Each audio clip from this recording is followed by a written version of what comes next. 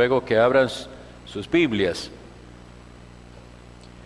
en el último libro de la Biblia, el Apocalipsis.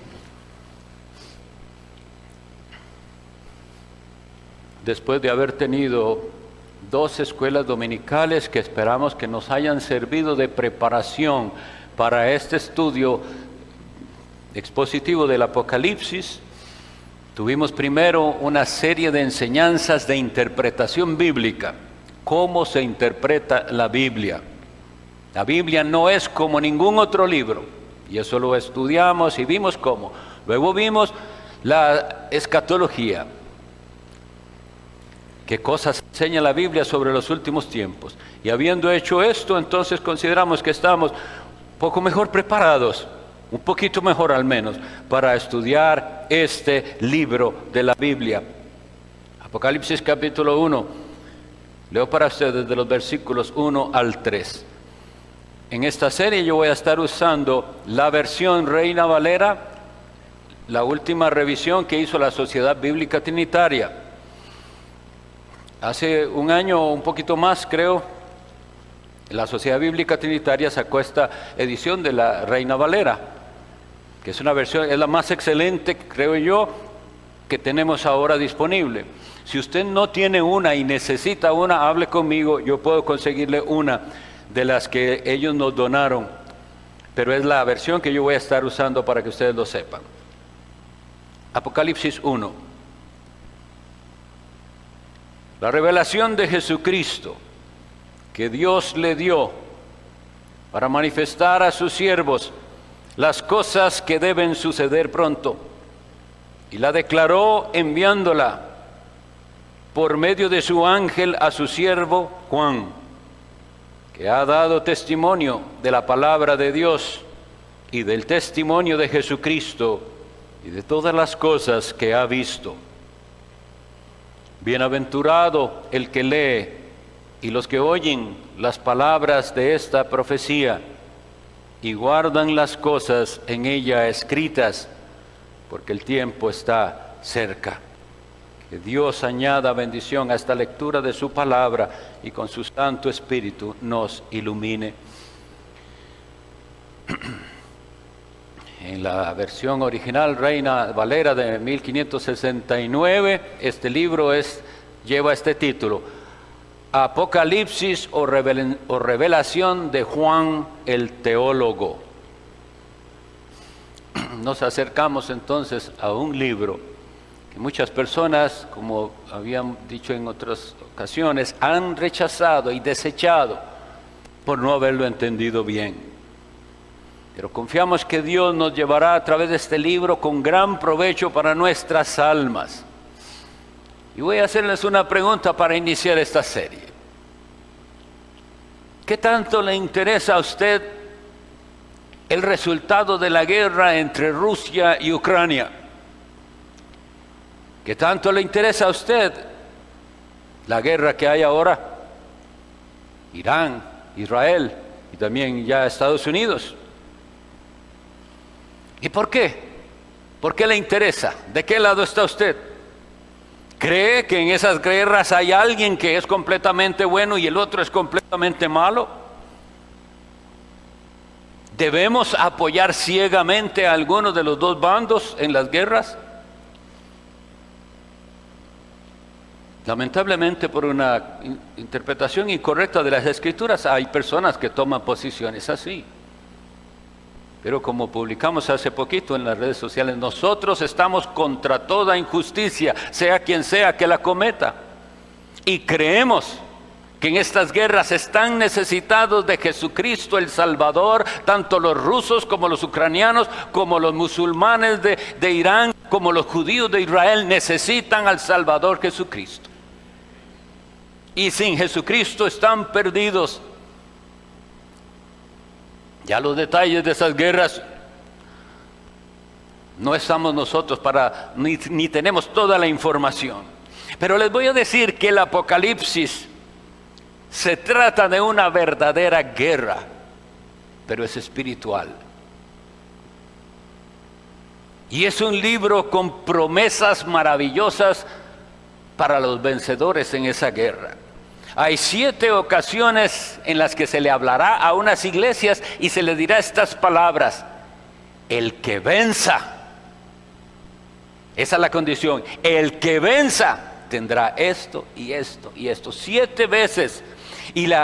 Y finaliza el libro, después de esas 7 veces que se dice, en el capítulo 21 y en el versículo 7 dice: el que venza heredará todas las cosas, y yo seré su Dios, y él será mi hijo. Si usted lee esto, Apocalipsis 21:7, ¿le interesa?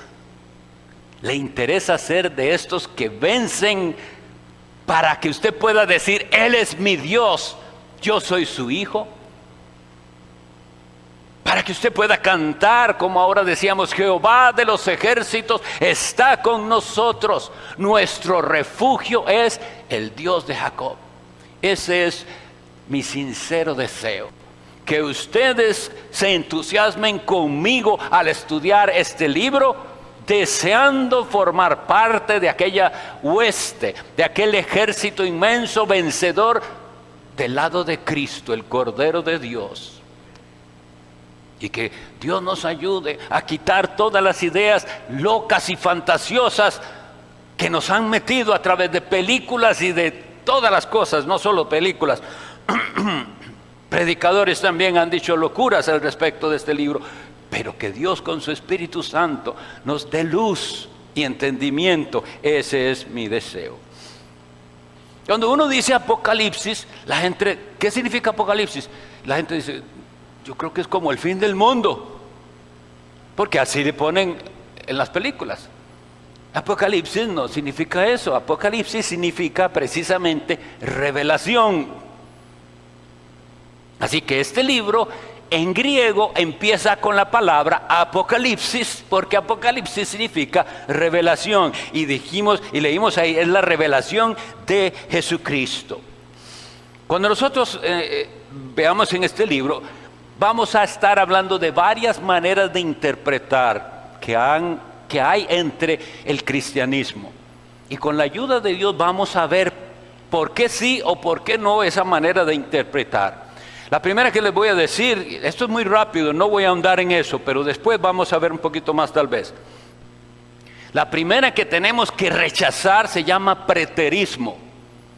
Y ellos ya abordan el Apocalipsis como si ya todo el Apocalipsis pasó. Ya todo lo que diga Apocalipsis ya sucedió. Sucedió cuando destruyeron la ciudad de Jerusalén en el año 70. ¿Y por qué ellos piensan que el Apocalipsis se escribió antes del año 70, por ahí del 65? Nosotros creemos que más bien el Apocalipsis se escribió por el año 95. Ahora bien, hay preteristas moderados y preteristas extremos. Los preteristas moderados dicen: la mayoría ya se cumplió, pero falta la venida de Cristo y el juicio y la resurrección. Ok, esos todavía podemos considerarlos cristianos. Pero los preteristas extremos, que ellos mismos se llaman a sí mismos preteristas consistentes, dicen que ya todo ocurrió en el año 70.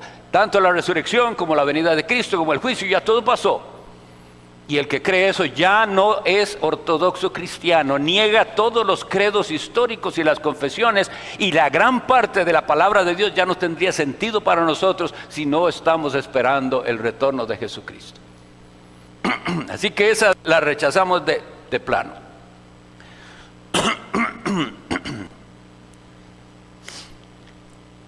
Manera de interpretar se llama el historicismo.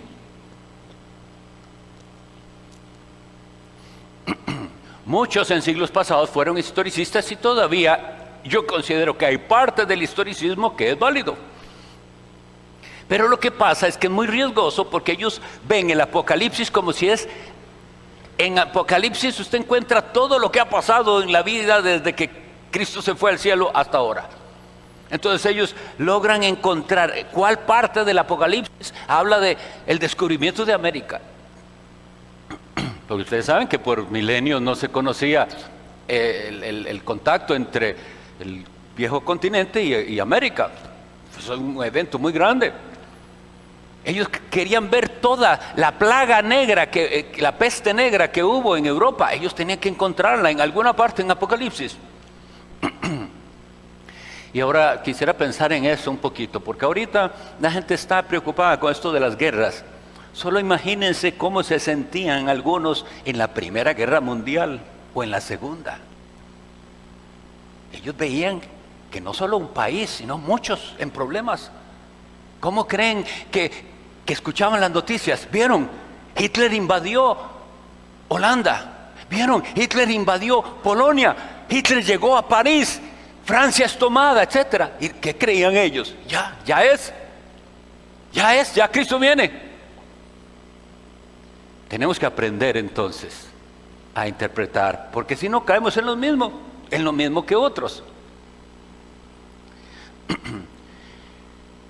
Y está la posición futurista, que es lo más prevalente dentro del mundo evangélico, y ellos creen casi que todo a partir del capítulo 4 de Apocalipsis es a futuro, y que no tiene que ver con la iglesia, porque como les decía hoy hace 8, piensan que la iglesia va a ser sacada de este mundo mientras el anticristo gobierna y viene esa tribulación, etc. Hoy hace 8 estuvimos viendo que eso no es lo que enseña la Biblia, que la Biblia enseña que el pueblo de Dios pasará por esa tribulación terrible antes del retorno de Jesucristo y que enfrentará la persecución y la oposición del anticristo, como hasta el momento lo ha hecho, pero en la manera última ya y final.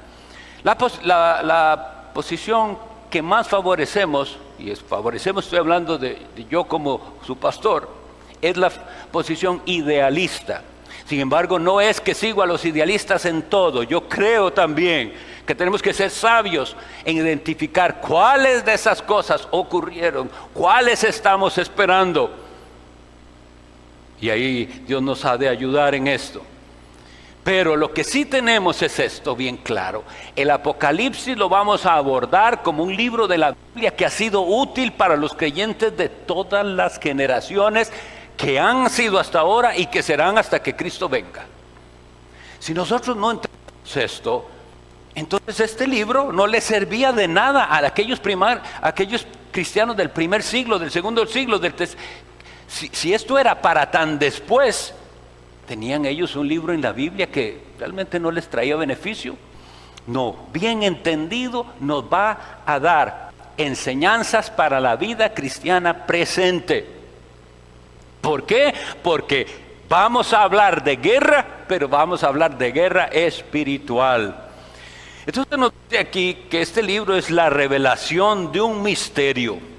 La revelación de Jesucristo. En las Sagradas Escrituras la palabra misterio no es como eso que la gente dice, películas de misterio, como de miedo o algo así. No es eso. Un misterio en las Sagradas Escrituras es algo que no estaba revelado, que no estaba claro o que estaba oculto, pero que es ahora revelado. La manera más fácil de explicárselos es esto. Cuando van a una exposición de arte, supongamos es una exposición de pinturas, entonces el pintor tiene su mejor obra, pero está enmarcada y está tapada con una tela. ¿No sabe qué hay ahí?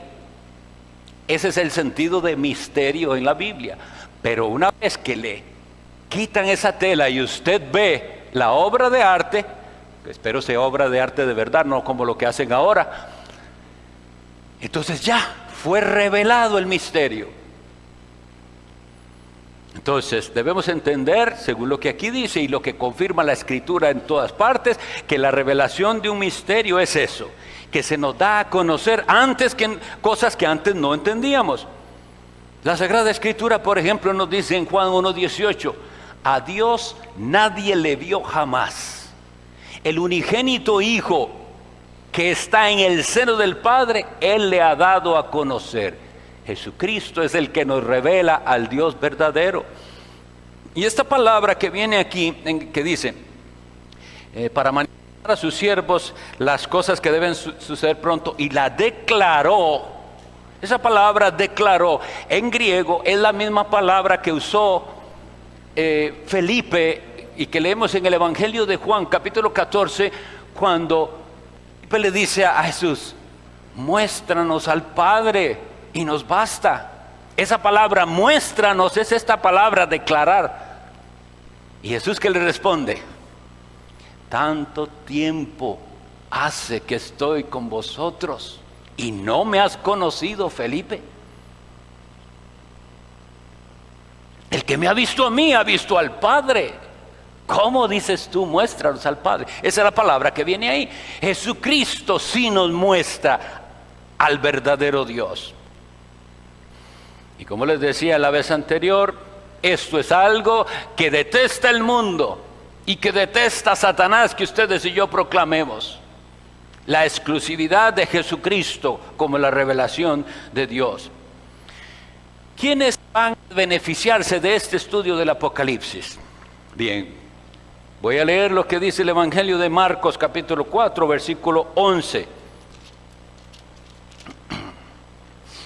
En el Evangelio de Marcos, capítulo 4, versículo 11,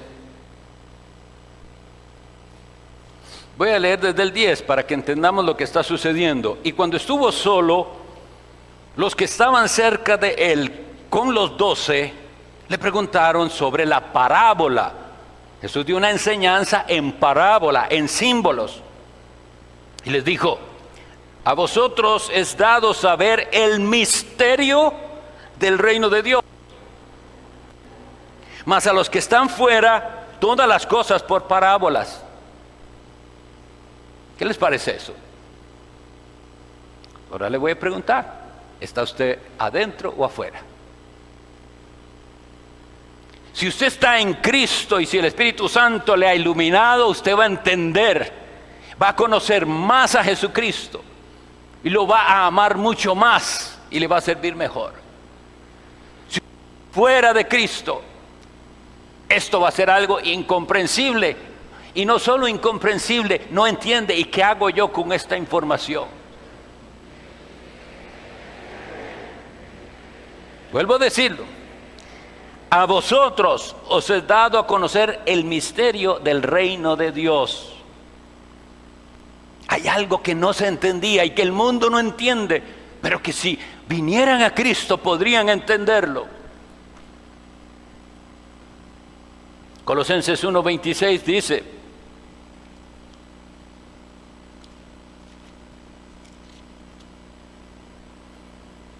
el misterio que había estado oculto desde los siglos y edades, pero que ahora ha sido manifestado ¿a quiénes? A sus santos. Usted tiene que desear ser uno de esos santos que entienden el misterio de Dios. Por eso el llamado aquí continuo es: debe dejar el mundo y el pecado para ser un santo, y entonces entenderá estos misterios maravillosos que le llenarán su alma de gozo. Hay un gran dolor en el alma nuestra por los que no quieren oír. Y a través de este Apocalipsis ustedes escucharán repetidas veces esta frase: el que tiene oído, oiga. El que tiene oído, oiga lo que el Espíritu dice. ¿Quiere usted oír lo que el Espíritu dice? La Biblia entonces nos habla de misterios, cosas que no eran conocidas y se nos revelan. No significa que entenderemos todo, sino que recibimos esa revelación como lo que es la luz de Dios. Miren, y así es con muchas otras cosas. Por ejemplo, les animo, si pueden, ahí en el internet, que ahora todo el mundo tiene, buscar qué son los fractales en la naturaleza. Hermanos, eso es maravilloso, es impresionante, la creación de Dios. Y esto llamado los fractales nos muestra modelos matemáticos. Para los que no saben, yo estudié matemática antes, por eso me gusta. Modelos matemáticos en la naturaleza, maravillosos, en diseños que nos muestran que eso está ahí. Ahora, ¿cómo pasó eso? Yo no lo sé. Entonces eso es lo que quiero decirles, que se nos revele un misterio no significa que usted diga, ahora que ya entiendo. No lo entiendo, ahora sé que eso existe. Los fractales en la naturaleza, por ejemplo. Que cada ser humano tenga una huella digital diferente. ¿Puede usted procesar eso? Pero alguien lo descubrió. Que no hay dos seres humanos con las mismas huellas digitales. Yo no lo entiendo, pero lo acepto porque me ha sido revelado eso. Se me enseñó ya algo que no sabían muchos de antes, ahora lo sabemos. Espero estar siendo claro en eso. Cuando se nos dice revelación de misterio, no es que ya ahora vamos a entenderlo todo. Dios mismo se nos revela en la Sagrada Escritura como un solo Dios. Y sin embargo es el Padre y el Hijo y el Espíritu Santo. Es la revelación que Dios nos da. Que la entendamos no es lo que se nos pide, pero al ser revelada la aceptamos. Es el misterio de Dios. Colosenses 2:2 lo dice así.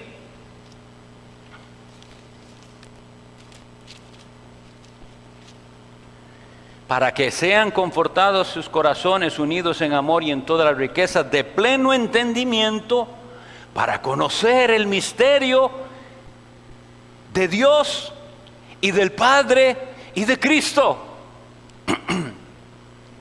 Y el mismo Evangelio es un misterio que no era entendido hasta que vino el Espíritu Santo.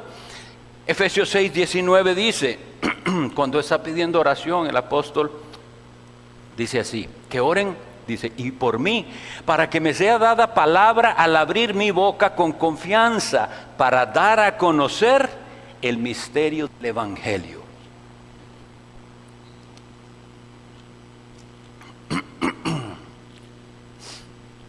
Y este misterio del Evangelio se nos dio a conocer de manera inicial y por eso fuimos salvos, pero se nos va dando a conocer progresivamente. Cada vez entendemos mejor el Evangelio ¿y qué hace ese Evangelio en nosotros?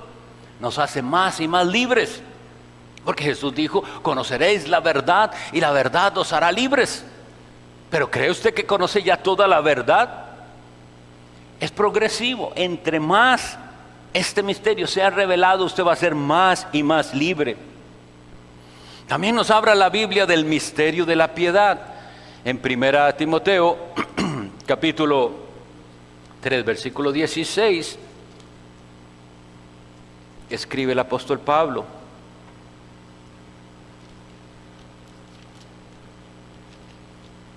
Y sin contradicción, grande es el misterio de la piedad. Dios ha sido manifestado en carne, justificado en el Espíritu, visto por los ángeles, predicado a los gentiles, creído en el mundo, recibido arriba en gloria. Lo que estoy, hermanos, es mostrándoles solamente cuántas veces la Sagrada Escritura nos habla de misterio que tiene que ser revelado, que nos tiene que ser dado un conocimiento de él. Segunda carta a los Tesalonicenses, capítulo 2, versículo 7, nos dice otra cosa. Porque ya está obrando el misterio de la iniquidad. Solamente que hay quien ahora lo detiene hasta que él mismo sea quitado de en medio. Nosotros tenemos que entusiasmarnos en el estudio del Apocalipsis para entender mejor todo eso que Cristo ahora ha revelado. El misterio de Dios, el misterio del Evangelio, el misterio de la piedad y también el misterio de la iniquidad. Y en Apocalipsis vamos a ver que eso sucede muchas veces. Voy a leerles algunas citas del Apocalipsis. Apocalipsis 1:20 dice: el misterio de las 7 estrellas que has visto en mi diestra, y procede a explicar qué es ese misterio. Y los 7 candeleros de oro, las 7 estrellas son los 7 ángeles de las 7 iglesias, y los 7 candeleros que has visto son las 7 iglesias. Apocalipsis 17.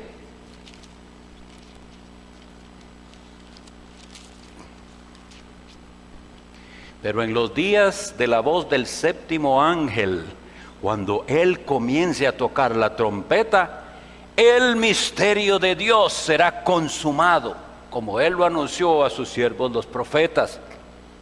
Capítulo 17, versículo 5.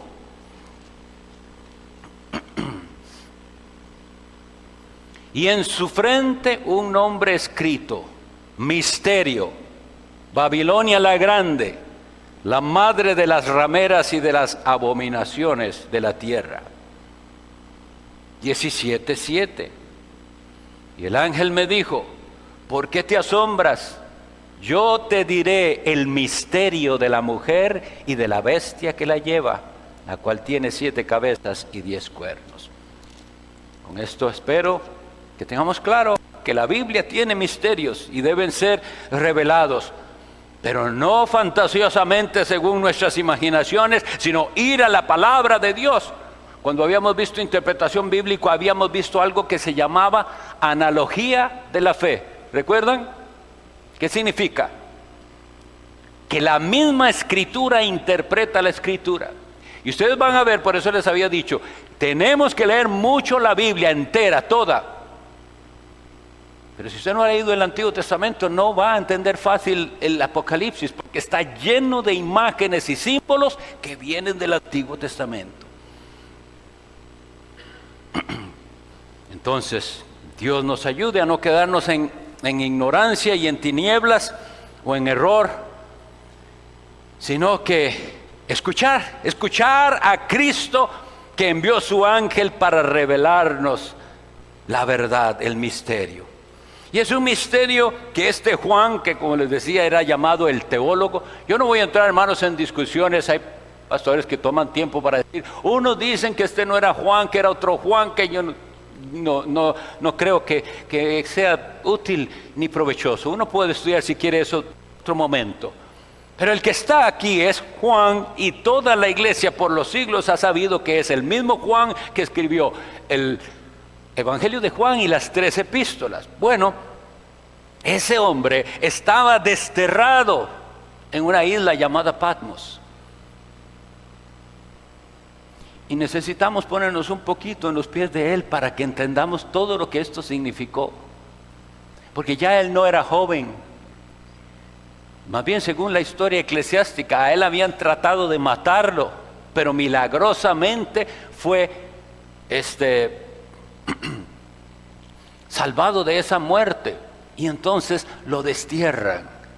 ¿Cómo será sentirse solo en una isla allá lejano, en una cárcel? No es que estaba de vacaciones en una isla del Caribe, estaba desterrado. Y él dice, ¿por qué?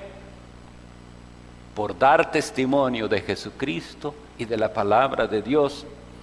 Entonces el mensaje que vamos a estar estudiando de este libro ayudará a todos los que, como Juan, hagan esas dos cosas: den testimonio de la palabra de Dios y de Jesucristo.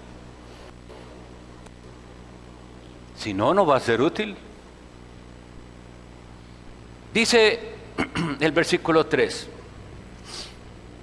bienaventurado el que lee y los que oyen las palabras de esta profecía y guardan las cosas en ella escritas, porque el tiempo está cerca. No nos acercamos al libro del Apocalipsis con esas supersticiones de algunos que parece que están viendo una bola de cristal a ver si entienden qué está pasando en el mundo. Aquí lo que dice es que son bienaventurados los que leen y oyen. ¿Para qué? Para guardar. Esa palabra bienaventurado, cada vez que la veamos en la Biblia, pongámosle atención, porque algunas personas la traducen solamente bienaventurado significa dichoso. Pero aquí en Costa Rica, como decimos dichoso para todo, yo veo que pierde significado, porque aquí lo usamos mucho. Ay, qué dichoso, tal cosa, qué dichosa. No es ese el sentido, nada más de que qué buena suerte tiene. Bienaventurado significa que es bendito de Dios, tiene la bendición de Dios. ¿Quiere usted tener la bendición de Dios?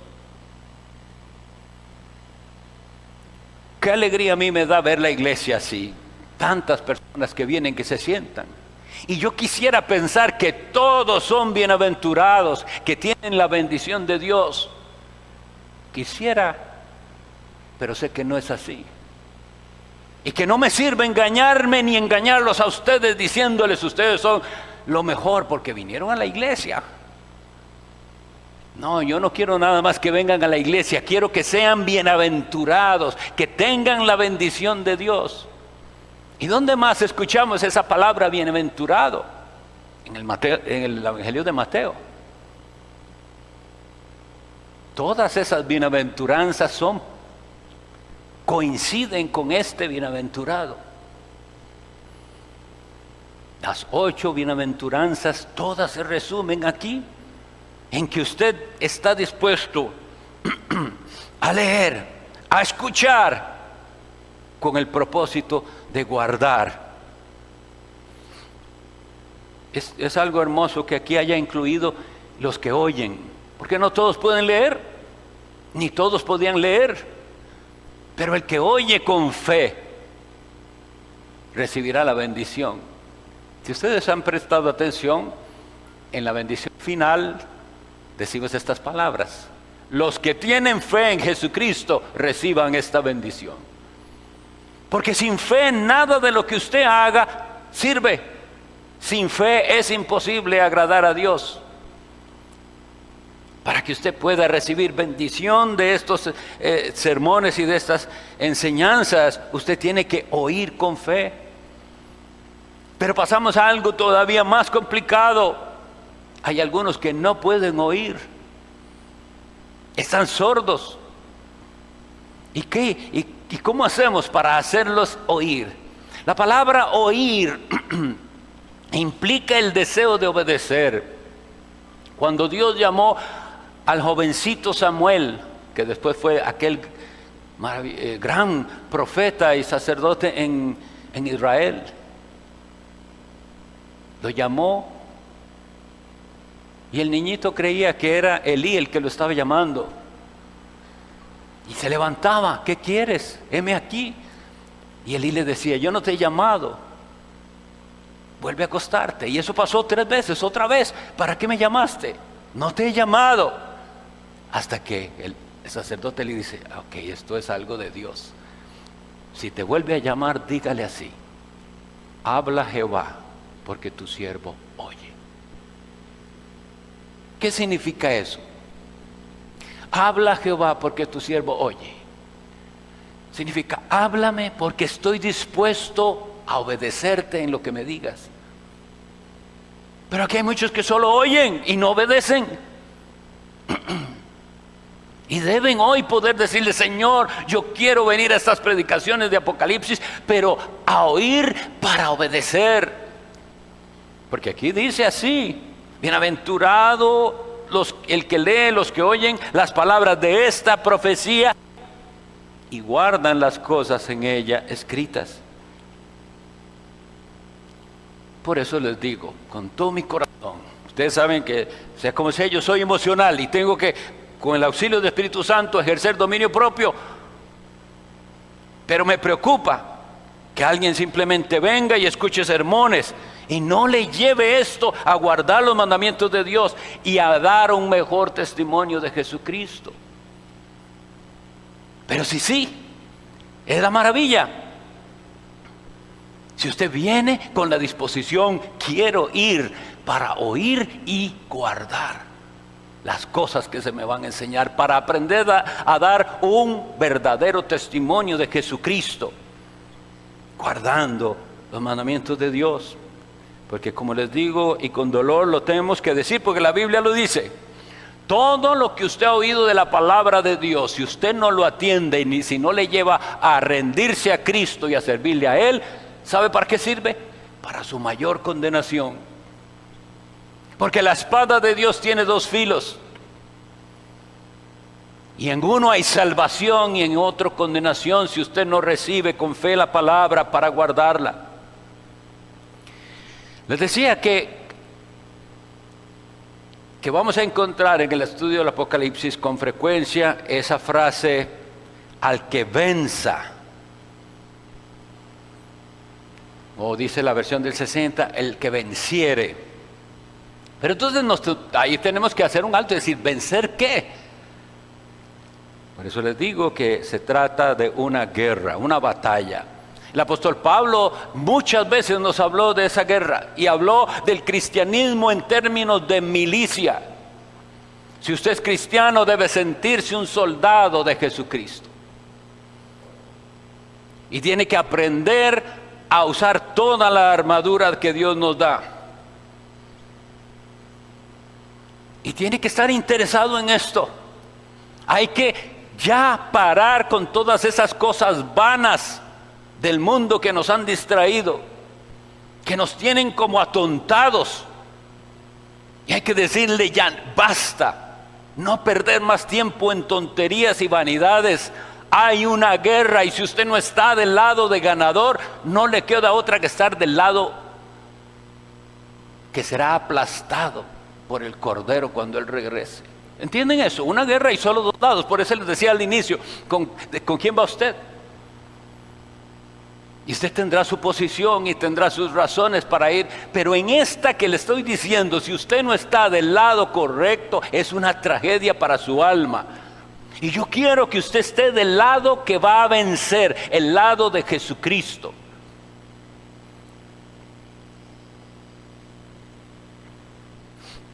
Por eso nos recuerdan las palabras del apóstol Pablo a los romanos que dice: somos más que vencedores por medio de aquel que nos amó. Y eso le pedí a los hermanos, que esta serie se llame Vencedores por medio de aquel que nos amó.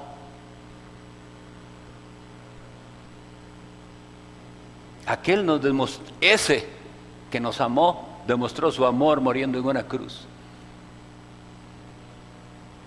¿Qué ha hecho usted con eso? ¿Qué ha hecho con el sacrificio de Jesucristo y la sangre derramada? ¿La ha apreciado?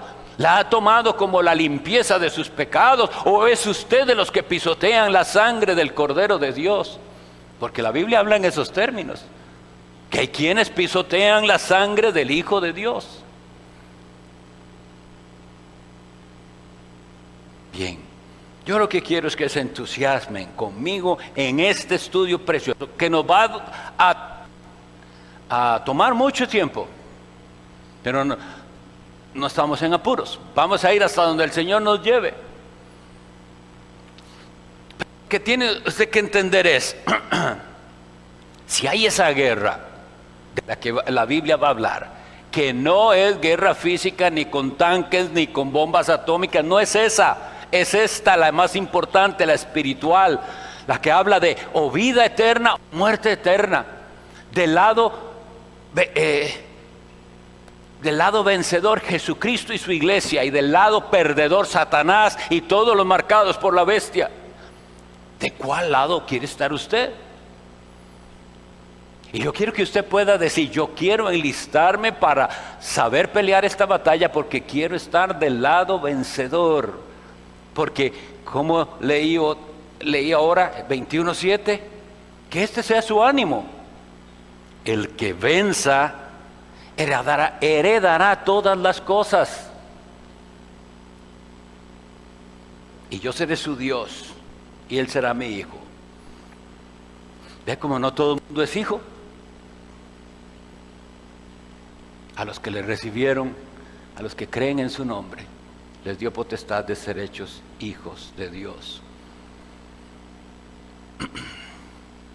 La revelación de Jesucristo que Dios le dio para manifestar a sus siervos, a nosotros, las cosas que deben suceder pronto, y la declaró enviándola por medio de su ángel a su siervo Juan, que ha dado testimonio de la palabra de Dios y del testimonio de Jesucristo y de todas las cosas que ha visto.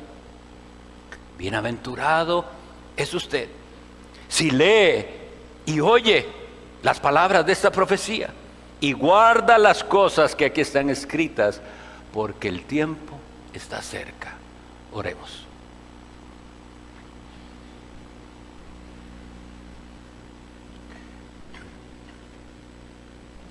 Dios Todopoderoso, Padre de Jesucristo, al que confesamos como nuestro Señor y Salvador, pedimos, rogamos, que tu Santo Espíritu selle tus palabras en nuestro corazón. Tú conoces nuestra necesidad, respóndenos según tu misericordia, En el nombre de tu Hijo Jesús. Amén.